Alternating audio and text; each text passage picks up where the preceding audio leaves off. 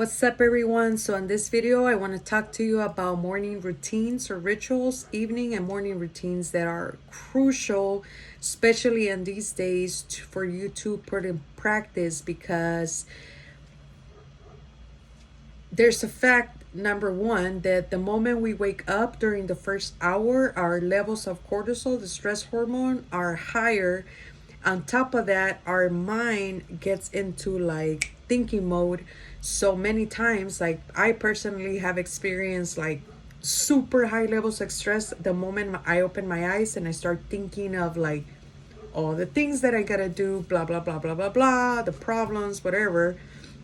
So it is crucial for us to do this. And the reason why, like, this is what you have to remember. And what, I don't know if you heard the saying of like the why is more important than the how, is because you have to know that this is for your own benefit and what can start to begin and transform your life.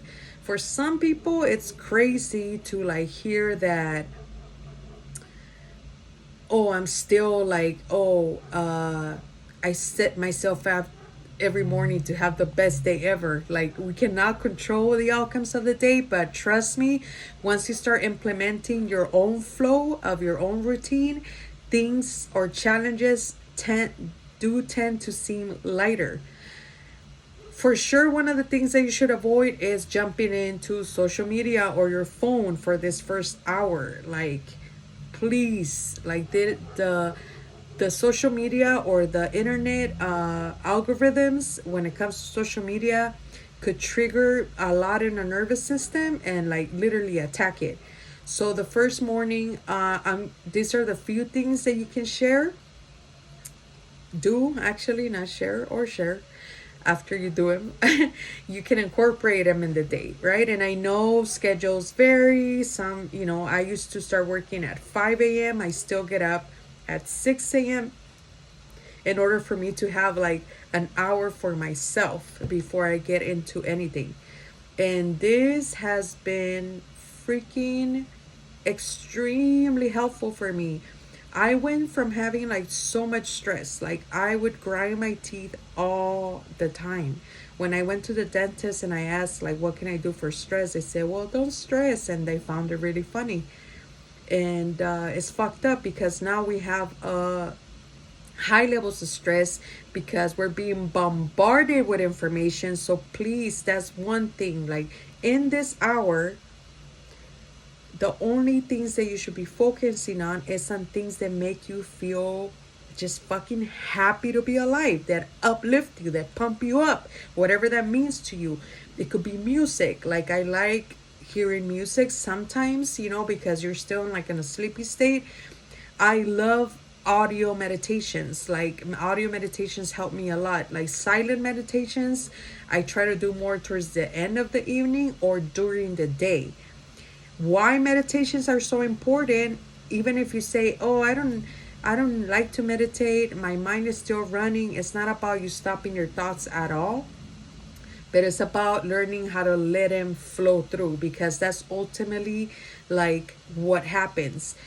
Our brain could go through like about 50 to even 90,000 thoughts a day, and most of them are habitual. That's why we end up doing things, and next thing you know, it's done and you don't even know how it got done. So on top of that, we tend to repeat like the same thoughts from the day before and the day before. They're like 80 to 90% repetitive. So we're worried about the same shit throughout the whole week, right? So the most important thing to do is to set yourself up in this state, because you will produce greater results and you will have a better day. So the better attitude you have, the better vibration, like the more better energy that you would emit. And that same energy is what also attracts.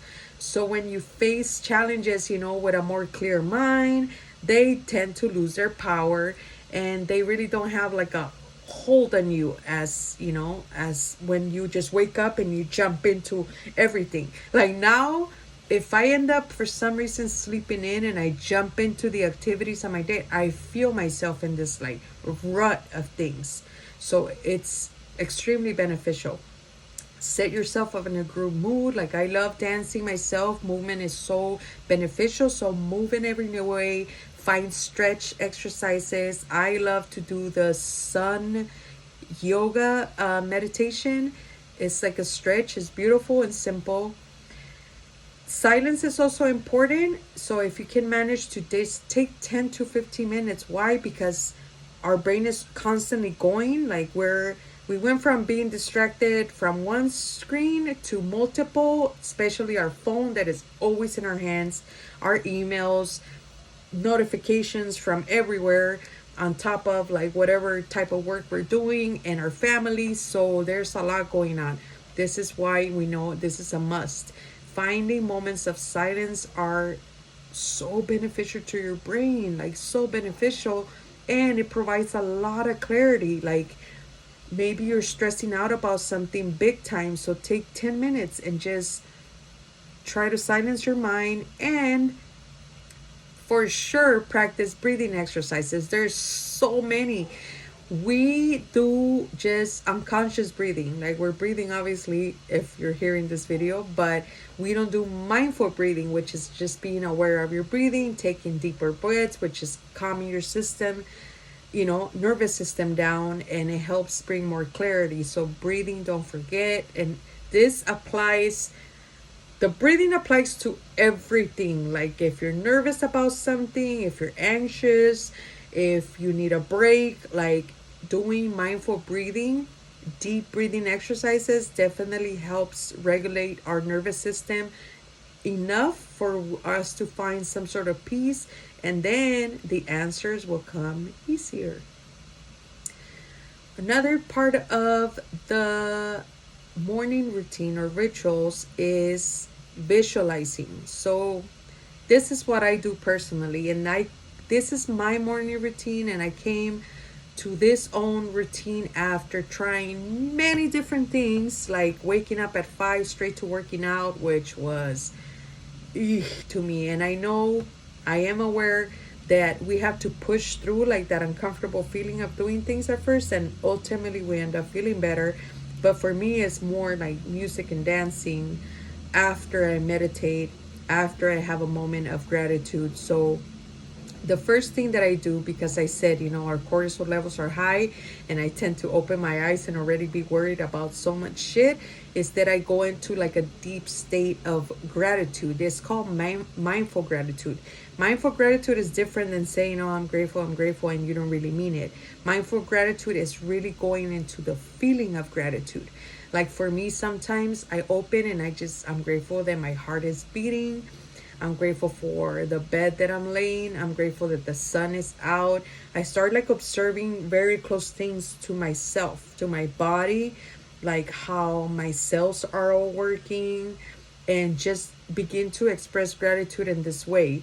And then I go into like visualization, which is like, I ask myself first, what if today was the last day that I had? How can I make this the best day ever with my circumstances, what I have going on? Like, how can I feel my best today?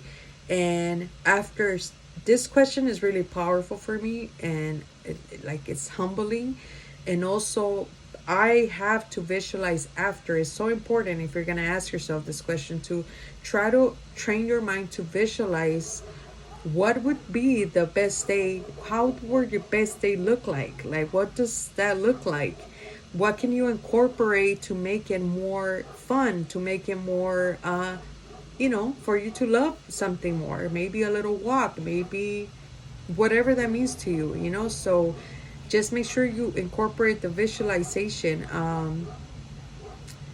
I have a program coming up where I teach how to like really create a vision, like how to become really clear on your goals. This, is what some people call manifesting too, because you have to be really, really in tune with what is it that you're actually like trying to achieve. All right, so I said exercise, movement, of course, read, guys. Like, you can totally do this within an hour. Like, I try to make sure to read any book or listen to any podcast that is about self-help, self-development, because it helps me create this state of like in my mind of like positivity and optimist, and just a great state of mind, for you to prepare for the day. So make sure to do that. Right now I'm reading The Power of Now. Freaking awesome book, highly recommended. Another thing that you can do is journaling. All of these you can incorporate morning or evening, but it is important that you do, I feel, the movement, the silence, and the reading, something that pumps you up every morning for sure. But you can also journal. And journal, there's different practices. I am going to do a video on just journaling. You can look it up. But basically, like, go with the flow. Like, if you feel like just dumping all the shit that's in your head, do it. If you feel like writing really empowerment things about you, what you're grateful for, at least coming up with 3 things that you're really, really, really, really grateful for. If you can't think of any at the moment, like in the present moment, try to imagine them. What is something that you would feel really grateful for if it happened for you? So do this too.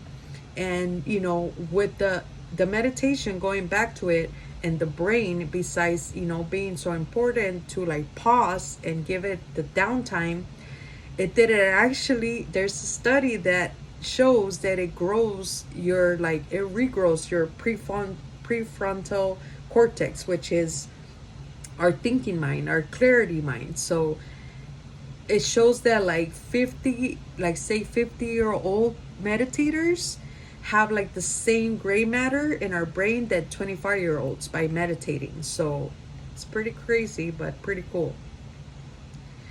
All right, so I think that is for the morning and evening routines. If you have any questions, or if you would like to get any links to anything that you want to incorporate in the morning, let me know. I would be happy to do so.